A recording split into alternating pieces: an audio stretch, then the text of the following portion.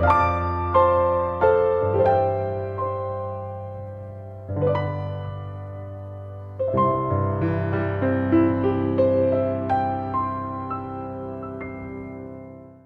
안녕하세요. 반갑습니다. 말씀과 함께하는 수요일입니다.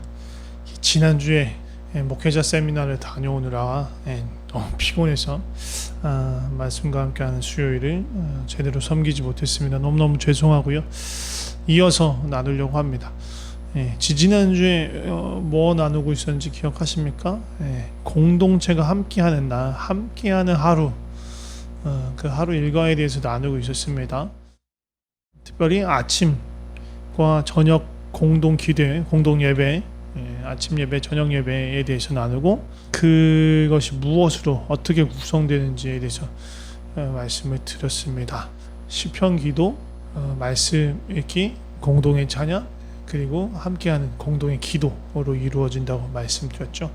오늘은 그 이후의 하루 일과에 대해서 나누려고 합니다. 이렇게 아침과 저녁 공동 기도회 말고 그게 아침과 저녁의 아침의 시작과 저녁의 마무리라고 본다면 그 사이에 뭐가 있을까요? 일단은 밥 먹고 살아야 되니까 식탁의 교제, 식사하는 시간이 있고요. 저녁에 마무리하고 아침에 시작하는 시간 중간에 뭐가 있습니까? 일과, 하루 일과, 노동이라고 부를 수 있는 그런 하루 일과가 있죠. 오늘은 그래서 그 식탁의 교제와 노동을 중점적으로 말씀을 드리고요.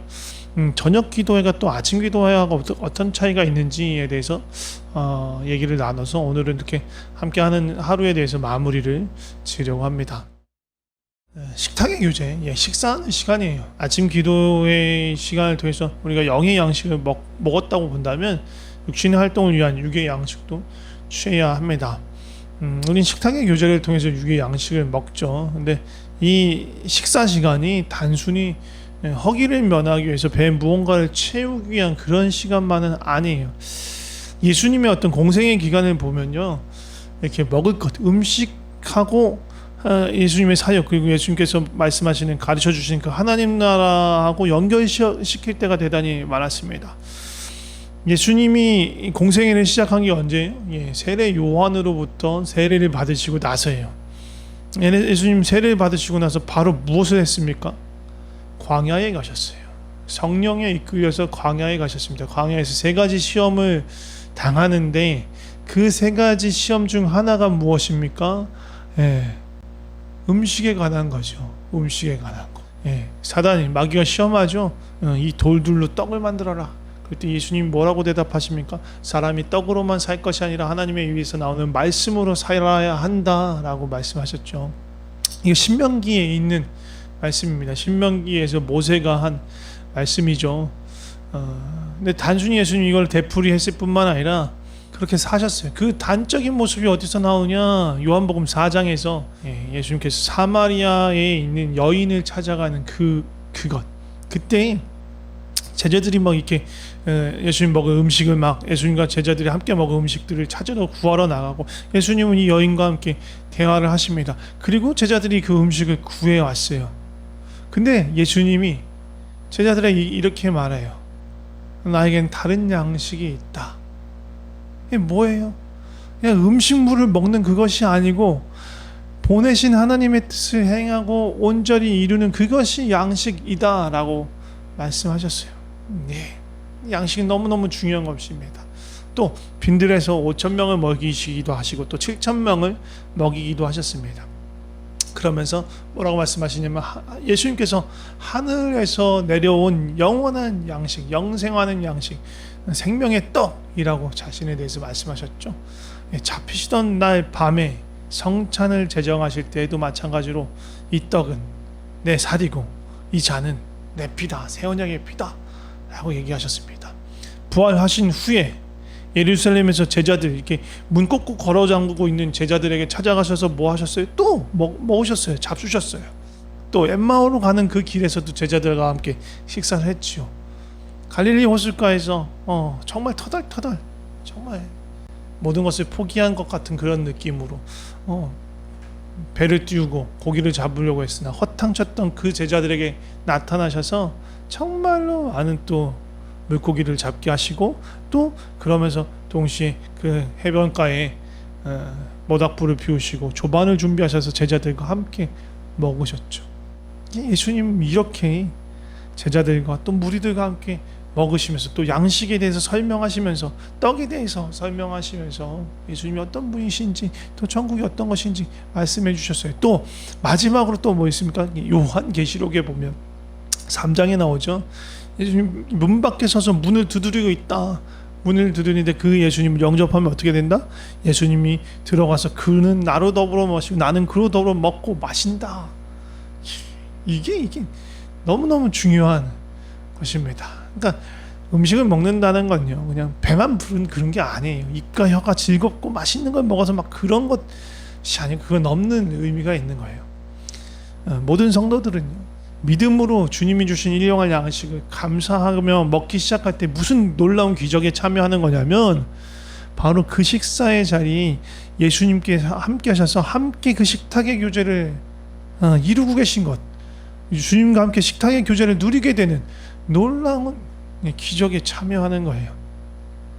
우리의 믿음은 뭐냐면 모든 것이 예수님께 속하고 예수님 창조하신 창조주 하나님이시다. 모든 것이 다 예수님의 것이기에, 하나님이신 예수님의 것이기에 우리가 얻는, 양식으로 얻는 그 모든 건 누구로부터 왔다? 예수님으로부터 왔다. 예수님께서 주신 거다라는 거예요. 그렇기 때문에 감사하며 기쁨으로 나아갈 수 있고, 그때에 믿음으로 주님을 고백하는 자 그들과 함께 그 식사의 자리에 예수님께서 임하시는 거예요. 주님과 함께 하는 이런 식사의 교제를 크게 세 가지로 구분해서 볼 수 있을 것 같아요. 첫 번째는 가장 일상적인 밥이에요. 우리가 먹는 삼시세끼 먹는 밥. 두 번째는 뭐예요? 좀 특별한 밥입니다. 특별한 음식입니다. 뭐냐면 예수님께서 특별하게 구분하여 제정하신 성찬, 성만찬에 참여하는 것입니다. 이번에 우리 부활절 때는 정말 오랜만으로 대면하여 성찬식을 진행할까 합니다. 많은 분들 참여해 주시고 또 혹시 또 현장에서 할 수 없으신 분들은 동시간대에 같이 성찬에 각각의 빵을 준비하셔서 서로에게 고백해서 주시면서 참여하시면 되고요. 그것마저 여의치 않으신 분들은 저희가 순서지를 드릴 테니까 그걸로 각 가정에서 성찬을 진행하시면 좋을 것 같습니다. 아무튼 우리가 예수님과 누리는 식사의 교제, 세 가지 종류의 식사의 교제가 있는데, 첫 번째가 매일 먹는 그런 삼시세끼 먹는 그런 일용할 양식을 먹을 때 그것이고, 두 번째가 예수님이 제정하신 성찬, 마지막 세 번째는 무엇이냐면 정말 궁극적으로 완성된 그 하나님 나라, 거기서 열리는 벌어지는 그 천국의 잔치, 하늘나라의 잔치에서 예수님과의 영원한 교제를 누리는 것, 그것이 세 번째 식사입니다. 우리 매일 먹는 이 삼시세끼는요, 어떻게 보면 이 잔치를, 이 천국의 잔치를 미리 맛보는 것일 수 있어요. 또 어떻게 보면 또 하루의 일과를 하기 위한 힘을 얻는 시간이죠. 아침 식사는. 그리고 점심 식사는 뭐예요? 아침 일과와 오후 일과 사이에 딱 하면서 중간에 잠깐 이렇게 숨을 돌리는 그런 시간, 잠시라도 안식을 누리는 시간일 수 있고요. 또 하루를 마무리하면서 이 하루 수고한 나에게 하나님 주신 위로를 또 격려를 경험하는 그런 시간일 수 있어요. 기본적으로는 그래서 우리가 천국 잔치를 미리 맛보는 그런 마음의 태도가 있어야 합니다. 그렇기 때문에 우리가 지녀야 될 태도가 있어요. 그건 뭐냐면 하나하나 주신 음식들을 음미하면서 하나님께 감사하면서 이렇게 하나님과 교제하듯이 먹어야 돼요. 그거를 방해하는 모든 태도는 우리가 경계해야 돼요. 어떤 태도가 그것들 방해할까요? 첫 번째는 반찬 투정하는 거예요. 음식 투정하는 거예요. 뭐 이래. 마치 광야에서 이스라엘 백성들이 부추도 없고 고기도 없고 이렇게 툴툴거렸던 그런 것들처럼 하나님께 일용하게 주는 그 음식에 대해서 투정하면서 감사함을 잃은 채로 먹는 그런 모습들은 우리가 지양해야 합니다. 또 허겁지겁 정신없이 먹는 거예요. 이거 사실 예전에 제가 많이 그랬던 건데, 너무너무 먹는 거에만 집중한 나머지 그냥 다른 생각하고 그냥 정신없이 그냥 먹어치워버리는 거. 이것도 아니에요. 음미하면서 하나님께 감사하면서 그래야 돼요. 이거 저도 이런 부분에는 훈련이 아직 많이 필요합니다. 또 다른 어떤 또 태도를 또 경계해야 되냐면, 밥은 먹는데 그 식사의 자리에 있긴 한데 이건 밥은 먹는 둥 마는 둥이에요. 다른 일에 완전히 정신이 팔려 있어요. 뭔가 해야 할 일이 남았다거나 아니면 뭔가에 정신이 팔려서 이 음식을 먹고 감사함으로 하나님과 예수님과 교제하는 그것을 신경을 못 쓰는 거예요. 네, 이것도 좋지 않고 경계해야 하는 겁니다. 그냥 밥을 삼시세끼 먹는 게 중요한 게 아니라 그 시간은 예수님과 더불어 교제하는 그런 어떻게 보면 예배의 시간이라고 볼 수도 있어요. 교회 가가지고 뭐 이렇게 찬송가 부르고 말씀 읽고 말씀 듣고 하는 그런 것만 예배가 아닌 거예요. 주님을 기억하고 주님을 생각하고 주님의 마음과 뜻과 생각을 또 우리가 구하면서 또 감사함으로 주님과의 그런 기쁨의 시간을 누리는 것, 그게 예배입니다. 네, 두 번째, 주님과 나누는 식사의 교제의 두 번째 종류가 뭐라고 했습니까? 주님께서 직접 제정하신 성찬. 우리 성찬을 대할 때 생각해야 할 것이 있는데요.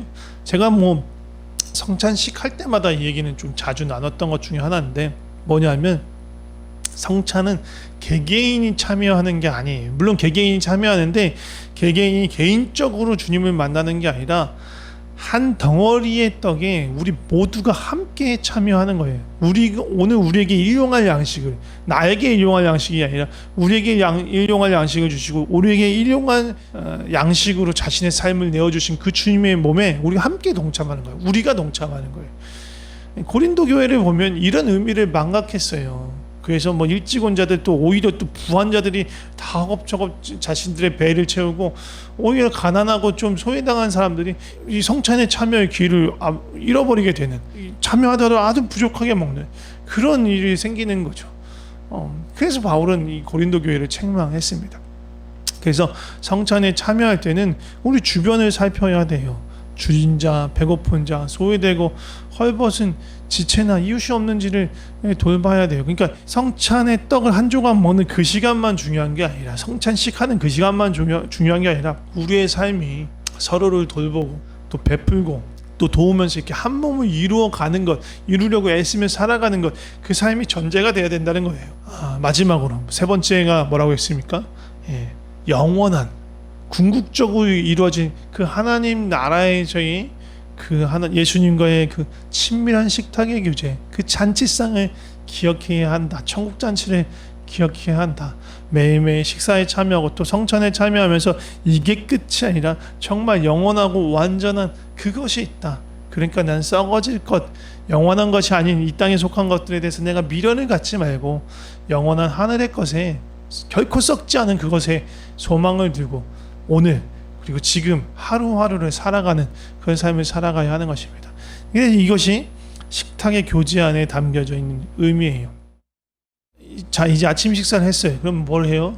가방 싸서 집을 나서야 되죠. 물론 지금 우리가 코로나 시국이라서 대부분 그렇지 않고 물론 이제 출근하러 나가시는 분들도 있지만 재택근무 하시는 분들도 있고 또 밥 먹고 나서 자기 방에 들어가서 온라인으로 공부하는 학생들도 있습니다. 아무튼 시간으로 따져 집을 나서진 않더라도 학생은 공부해야 하는 시간이고, 직장인은 일터로 나가야 해서 일을 해야 하는 시간이고, 주부들은 이제 가정의 일들을 또 돌봐야 하는 그런 시간들입니다. 다른 말로 하면 이제 노동의 시간이라고 볼 수 있어요. 이 노동의 시간은요, 가족 구성원으로 봐도 각각 자기 자리로 가서 일을 하잖아요.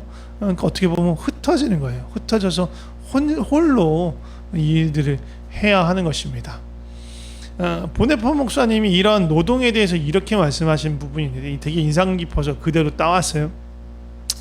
기도가 노동을 방해해서도 안 되고 노동이 기도를 방해해서도 안 된다, 이렇게 말씀하셨어요. 이게 무슨 말씀입니까? 그러니까 기도만 말하는, 단순히 기도뿐만 아니라 소위 영적인 어떤 활동이라고 부르는 뭐 그런 것들, 뭐 예배나 뭐 찬양이나 말씀복이나 뭐 기타 등등 그런 거, 조금 더 넓은 의미로 보자면 교회를 섬기는 교회 안에서의 봉사들, 그런 것들을 포함해서 그러한 것들이 내가 해야 하는 노동, 내가 마땅히 해야 되는 일상의 노동을 방해해서는 안 된다라는 거예요. 역으로 말하자면 이런 영적인 활동, 뭔가 하나님께 속한 거라고 생각하는 이런 일들을 할 때 내가 해야 하는 어떤 직장에서의 의미나 그런 것들을 소홀할 수도 있다라고 생각할 수도 있거든요. 그런데 그렇지 않다라는 거예요. 이런 생각에 뭐가 깔려 있느냐? 교회의 일들이나 아니면 영적인 행위로 보이는 그러한 일들은 거룩한 것이고 신령한 일이지만, 일터나 가정이나 학교에서 공부하는 그런 것들은 거룩한 일이 아니다, 신령하지 않은 일, 육에 속한 일, 세속적인 일이다 라는 이원론적인 그런 생각을 갖고 있는 거예요. 근데 실상은 그렇지 않아요. 내가 있는 곳, 예수 그리스도의 이름으로 있는 바로 거기가 이 거룩한 곳이에요. 예수님의 마음과 뜻과 생각을 알고 행하는 모든 일들이 거룩한 일인 거예요. 영적인 일인 거예요. 그렇기 때문에 뭔가 소위 말하는 그런 영적인 일들을 하기 위해서 내가 일상에 행해야 하는 그런 일들을, 노동들을 제대로 하지 않는다라는 건 말이 안 된다는 얘기입니다. 이제 그 다음 구절이 뭐였어요? 노동이 기도를 방해해서는 안 된다. 이건 뭐 사실은 이해하기 쉽습니다. 우리가 해야 할 일이 많아요. 뭐 노동이든 가사든 뭐 그런 일들이 너무너무 바쁘고 많아서 내가 해야 되는 내 열정이든 에너지든 시간이든 거기다 다 쏟아 놓아서 하나님께 나아가서 하나님을 만날 그런 시간조차 없게 된다면 그것은 심각한 문제다 라는 얘기예요.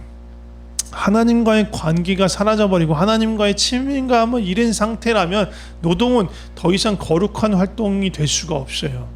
기도가 없는 노동, 하나님과의 친밀함을 잃어버린 노동은요, 그 일은요 결코 하나님을 기쁘게 할 수 있는 일이 아닌 거예요. 그 결과는 무엇이냐면 노동이 갈 길을 잃어버려요. 우리가 하는 일의 방향을 잃어버리는 거예요. 그럼 어디를 가게 되느냐? 결국은 내 욕심, 내 욕망을 쫓아서 가는 거예요. 그러면 어떻게 되느냐? 내 욕망과 내 욕심, 채워지지 않는 내 욕망과 욕심을 채우기 위해서는 더 많은 시간, 더 많은 노동을 요구하게 되는 거예요. 그러면 우리는 더 하나님께 나아갈 수 없게 되는 거죠. 정말로 안타까운 일이 되는 거예요. 근데 이렇게 말한다고 해서 노동과 기도가 완전히 분리되어 있다라고 말하는 건 아니에요. 바울이 데살로니가 전서에서 뭐라고 말씀하십니까? 쉬지 말고 기도하라. 이 얘기가 그렇다고 일상의 모든 일과를 하지 말고 계속 기도만 하고 있어라 그런 얘기는 아니잖아요. 이 이야기는 우리가 생각하는 그런 기도보다 조금 광의의 의미의 기도죠. 넓은 의미의 기도입니다. 그러니까 어디에 있든지 하나님을 기억하고 하나님을 만나고 하나님 안에 머물러라 그런 뜻이에요. 내가 일상의 어떤 일, 노동, 어떤 일터 안에서 일을 하더라도 그 너머에 계신 하나님을 만나라는 거죠. 하나님의 마음과 생각과 뜻을 알라는 것이 바로 그럴 때 우리가 있는 바로 그곳에서 우리 안에서 우리를 태우시며 임하시는 하나님의 불꽃을 만나는 거예요. 그래서 우리가 있는 어느 곳이든 거기 거룩한 땅이 되는 거예요. 원래 우리는 엉뚱한 것, 사라져버릴 것, 헛된 것에 사로잡혀서 우리의 열정을 쏟아버리고 나서 결국은 그냥 소진되고 말아버리는 가시떨기 같은 존재예요. 그런데 하나님의 영원한 불꽃이 임하면 달라져요. 그 결코 꺼지지 않는 그 영원한 불꽃으로 우리를 사로잡으시면 우리는 사그러지는 게 아니라 우리가 있는 바로 그곳, 우리가 하는 그 일을 통해서 하나님의 영광을 나타내는 자가 되는 것입니다. 우리가 있는 곳이 달라진 것도 아니고 우리가 하는 일이 달라지는 것도 아닌데 내 삶이 바른 목적으로 하나님 안에 머물고 하나님의 그 불꽃이 나를 사로잡기 시작하면 내가 그 일을 하는 목적과 내가 그 일을 하는 동기가 달라지는 거예요. 그래서 결국은 그 일을 통해서 하나님의 영광이 나타나도록 하는 것입니다. 그렇게 아침에 열심히 오전에 일과를 마쳤어요. 열심히 일했어요. 하나님의 은혜 안에서 하나님의 뜻을 바라보면서 내가 나에게 맡겨진 그 일들을 성실하게 잘 감당했어요. 그러고 나면 어떻게 해요? 배가 고픕니다. 그럼 점심 먹어야 합니다. 보네포 목사님 이렇게 얘기하세요. 점심시간에 또 할 수만 있다면 성도들이 함께 모여서 식사하는 것, 그것이 너무나 귀하다. 하나님이 주시는 그 음식으로 인해서 위로를 경험하고 또 서로가 서로를 위해서 기도하면서 오후를 지낼 수 있는 힘을 구한다라고 얘기해요. 자, 아무튼 점심 먹고 나면 또 오후 일과를 하죠. 오후 일과도 열심히 하고 결국은 하루 일과를 다 마치고 돌아오게 됩니다. 그럼 우리는 가족들과 함께하는 저녁 식사 시간이 기다리고 있죠. 아까도 말씀드린 하루 일과 일터 뭐 직장이든 학교든 각자의 어떤 삶의 장소에서 흩어져서 하루 일과를 보냈잖아요. 그러니까 그건 무척 고된 거예요. 육신만 고된 게 아니라 영적으로도 지쳐 있을 수 있어요. 믿음이 흔들릴 수도 있어요. 왜냐하면 세상 속에서 세상의 가치관 안에서 살아가고 있으니까 우리의 믿음이 많은 공격을 받습니다. 예, 그것을 다잡는 것이 저녁 식사 시간이며 또 함께하는 저녁 예배 혹은 뭐 저녁 기도회라고 볼 수 있어요. 예, 감사로 또 저녁 식사를 하면서 주신 음식으로 또 위로를 받고 또 기쁨을 누린 다음에 우리는 이제 저녁 예배 시간으로 저녁 기도회로 하루를 마무리해요. 예, 저녁 기도회도 마찬가지예요. 예, 같은 순서로 진행됩니다. 시편 기도, 성경 읽기, 또 공동의 찬양과 공동의 기도로 이루어지는데 아침 기도회, 아침 예배 시간하고의 차이점 조금 더 강조되는 점은 뭐냐면 중보 기도에 좀 초점이 맞춰져요. 그러니까 아까도 말씀드렸지만 하루 일과를 흩어져서 세상 속에서 보냈잖아요. 세상 속에서 보냈기 때문에 세상 속에 어둠 속에 갇혀 있는 이웃들의 모습도 보고 또 세상 속에서 살아가고 있는 나의 어떤 처절한 믿음의 어디 부딪힘을 보면서 나뿐만 아니라 나의 형제들, 지체들도 그렇게 살아왔을 거라는 것을 알게 돼요. 이웃들의 현실, 또 세상의 부조리함과 죄악들을 보죠.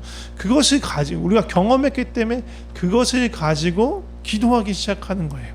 우리 조금 더 눈을 넓혀서 열방 가운데 있는 흩어져 있는 주님의 교회, 또 그 몸된 지체들과 사역자, 또 우리 교회, 우리가 한 몸을 이루고 있는 우리 교회 공동체와 목회자들과 또 그 교회의 사역과 또 우리의 이웃들, 가난하고 소외되고 어두운 가운데 있는 우리 이웃들, 또 특별히 질병과 재해로 인해서 큰 고통과 심지어 죽음으로 앞두고 있는 그런 사람들, 우리 가족과 자녀들을 위해서 하나님의 축복과 평강이 또 그 구원과 사랑이 임하도록 기도하는 것입니다.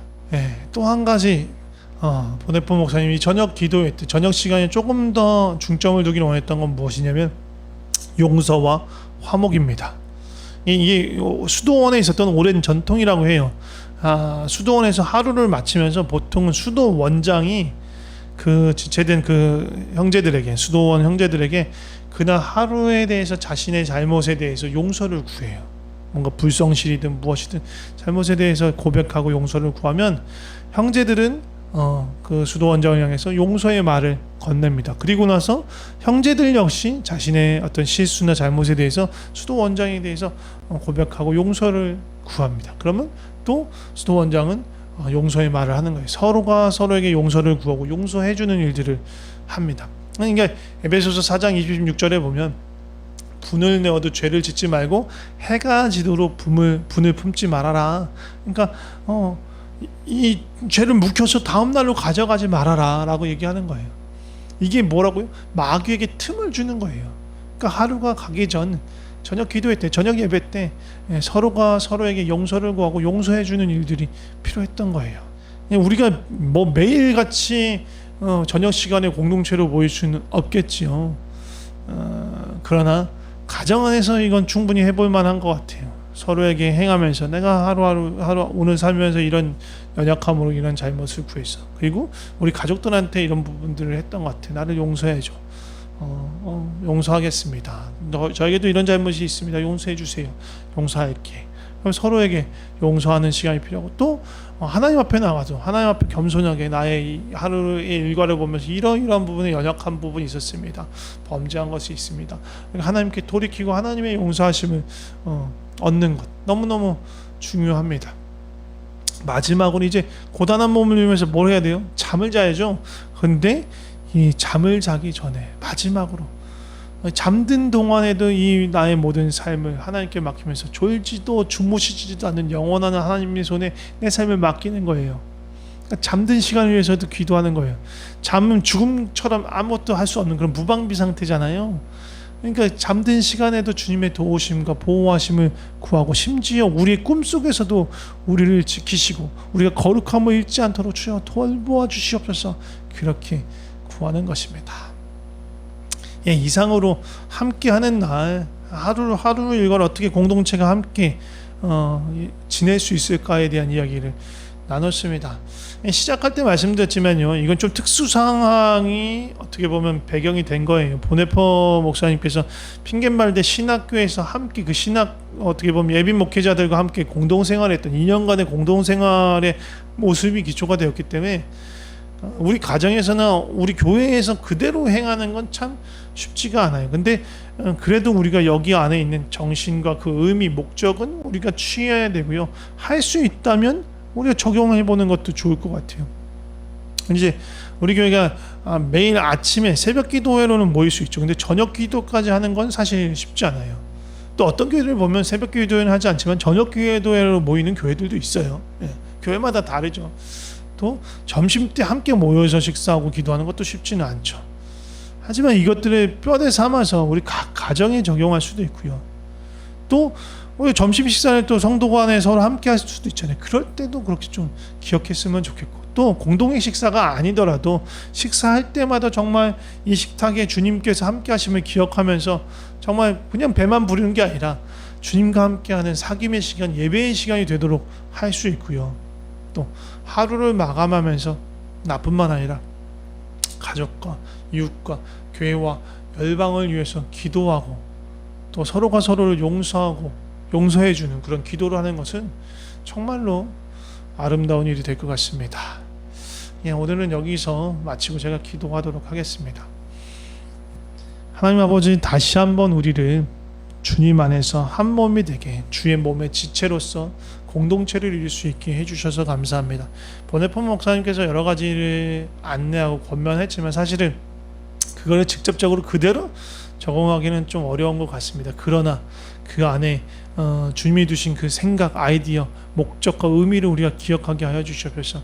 우리가 주님이 주신 음식을 취할 때마다 그냥 이것이 내 노동의 대가나 아니면 그냥 배만 불리는 어떤 그런 것, 또 불평과 불만으로 나가는 것이 아니라 그 하나하나가 창조하신 창조주 하나님께서 주시는 우리의 아버지로 목자로 우리를 먹이시는 주님께서 주시는 귀한 음식으로, 또 우리가 바라보고 소망하는 영원한 천국 잔치의 예행 연습으로 맛보기로서 기쁨으로 주님과 함께하며 감사하며 그렇게 주님과 나누는 교제의 시간, 예배의 시간이 될 수 있게 하여 주시옵소서. 또한 성찬에 참여하고 할 때도 뿐만 아니라 우리가 식사할 때도 나만 생각하는 건 아니라 우리 주변의 이웃들 또 지체들을 돌아보며 정말로 그들 가운데 정말 주의 일용할 양식이 공급될 수 있도록 기도하고 또 배려하는 삶을 잊지 않게 하여 주시옵소서. 또한 하루의 일과를 마무리하며 우리가 기도할 수 있게 하여 주시옵소서. 무엇보다도 나뿐만 아니라 세상 가운데 치열하게 살아가고 있는 우리 지체들, 형제들을 위해서 기도하게 하시고, 또 세상의 부조리에 대해서, 악에 대해서 주님께 정말로 통회하는 심정으로 주님의 또 긍휼과 은혜를 구하는 심정으로 기도하게 하여 주시고, 또 열방 가운데서 일하는 모든 사역자들과 주님의 또 지체들, 또 그리스도의 다양한 몸들을 위해서 기도하게 하여 주시옵소서. 또한 우리가 서로를 위해서 용서하고 무엇보다 주님 앞에서 하루를 돌아보며 우리의 연약함과 잘못을 고백하고 주님의 사하심을, 주님의 깨끗하게 하심을 얻는 그런 시간들이 될 수 있게 하여 주시옵소서. 주님, 우리로 하여금 이렇게 함께하는 시간들에 대해서 다시 한번 돌아볼 수 있게 하시고 또 소망을 품게 해주셔서 감사합니다. 우리 교회가 오랜 동안 식탁의 교제를 할 수 없었는데 주님이 코로나가 정리되고 우리가 또 조속한 시간간에 우리가 함께 모여서 정말 식탁의 교제를 나누며 주님과 함께 누리는 그런 기쁨의 시간을 회복시켜 주시옵소서. 주님 감사합니다. 예수님의 이름으로 기도드립니다. 아멘.